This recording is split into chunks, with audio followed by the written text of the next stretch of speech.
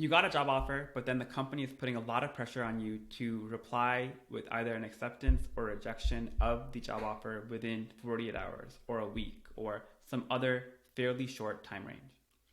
So the first thing I think that's worth commenting on is that most high integrity companies will not put that much pressure on you. They probably do have maybe like a 2-week window where they would like to keep the offer open, but I don't view companies that will put like a 24-hour expiration date on offer. I don't view those companies highly. So that's just one comment to consider. And it's also, worth asking your network, was the company treating you fairly, or were they kind of helpful or generous with you when it came to the offer stage? So let's talk about what you can actually do if you have received an exploding offer that you want to seriously consider. So the first thing to call out is that exploding offers are negotiable. They are rarely truly going to explode when the time limit is up. But at the same time, you should have backup options. The whole point of negotiation, one of the core takeaways I hope you've had, is that negotiation is about having alternate options. You want to be able to reject an option because you have a really good one in your pocket, or you're already working at a really good company. So another thought about this scenario is that you want to prevent the situation from getting to an exploding offer, right? So one way you can do that is be vague, but share the fact that there are other companies that you're considering. And so if the recruiter knows that, hey, there's at least one or two other companies that the candidate is considering, it is a bit odd if they are forcing you to make a decision without you hearing back from the other companies. So just share that. Don't share what companies and how far along you are, but say, hey, I will let you know as soon as I hear any update, but I really want to see through the process at these other companies so I can make a really well-informed decision. The other thing is to push back in a smart way, to push back gracefully. And the way to do that is to say, hey, can you explain to me what is the timing constraint? This is what the recruiter who I talked to from Meta talked about, which I think is a really smart way of handling this.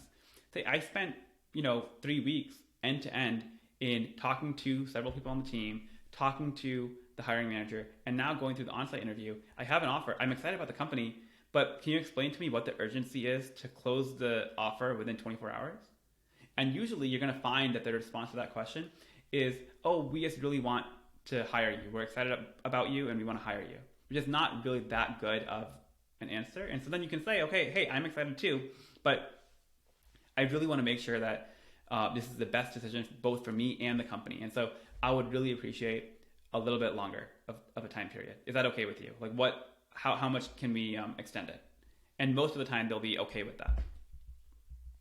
So I have different levels here of how you might be able to request more time from the company if they're putting a ton of pressure on you for when to reply to the offer.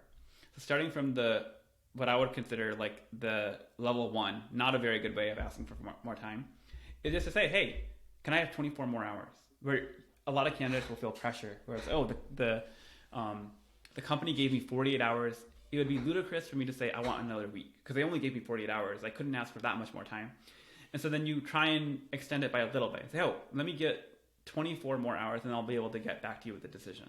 And usually they'll say yes, but then you're not actually getting that much extra time to make a decision. So a better way of asking for more time is to share that you are actually, there's a reason behind why you also need more time, which is, hey, I did the on-site last week with this other company, and I'm confident that I can get back to you by the middle of next week. I want to make sure I can commit fully to your company and not have buyer's remorse. Are you okay with that? And so a couple things to call out here is, one, you're giving a rationale or an explanation for why you want more time. So that kind of feels more grounded in reality rather than saying, oh, I want more time. You're kind of you're showing some transparency here on here's what I care about. Here's what is important to me. The other thing that I like about this is it's not revealing a commitment of a date. I will get back to you by this particular date. You're saying, hey, here's the constraints I have. I think I'll be able to get back to you by Monday. If that changes, I'll tell you. But you don't want to ever put yourself into a corner where you have to make a decision on a really good job offer without all the information on the table. And so give yourself an out, and the phrasing here allows for that. And then the best way, or a better way, I would say, of being able to ask for more time is you want to speak to someone with a particular background. So the way this might be phrased is, could I have a quick conversation with someone who transitioned from a product engineer role to a research role? Because I'm a product engineer now, but I have a ton of passion and interest for the research work that's going on at the company, and I would love to understand how that transition looks and what I should be thinking about. So the reason this is so good is, number one, it shows that you're still collecting information. So that could actually be very valuable for you to make a decision. Second, it puts the burden back on the recruiter, back on the company to make the next move. So it's not so much that you're going to continue to get emails or pings every day until you make a decision. And, hey, I want you to do something for me, and then I can make a more informed decision. Them finding the person of a particular job profile, it might take a day or two. So you're effectively buying yourself a couple of days of time, or maybe even more, to be able to have a conversation with that person. This actually happens fairly frequently. So when I was at Meta, I had joined Meta or Facebook. I had joined from Pinterest. And so I remember there was actually several calls I did of people who worked at Pinterest who were debating between joining Facebook or joining Google, or maybe someone who was about to debate between joining Pinterest or joining Facebook. And then the recruiting team would reach out to me and say, hey, you are the perfect person to talk to this candidate. Do you have time next week or maybe tomorrow or the day after to talk to this person? And I would say yes. But basically that was a way for the candidate to get more useful information about the decision they were about to make. And it was a delay tactic because I had things in my calendar. So it probably took me a day or two to get back to them and talk, and then I would give feedback.